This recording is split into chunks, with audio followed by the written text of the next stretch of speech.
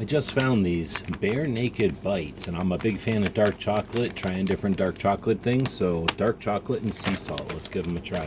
They come in a really big bag. I was kind of surprised how big the bag, how full the bag was. It says it's 7 ounces, and it's like bite-sized granola bar, like chunks. So they're not all messy. They're kind of like a crunchy granola bar sheet, looks like, chopped up. Oh, they're not crunchy. They're a little crunchy.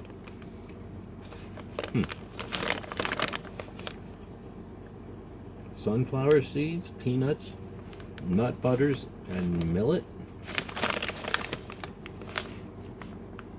Oats, sunflower seeds, cane syrup, brown rice, peanuts. Oh wow, yeah. You could tell right away that it tasted kind of a natural taste.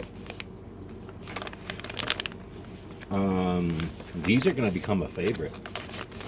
What are we talking? 160 for 5? Well, I mean, they're candy. Really good though. Definitely good. Filling. You know what? These would be good to add because they're not that big of bites. You know, I think this might be good to add to some like trail mix that you might be putting together for camping. Definitely worth checking out.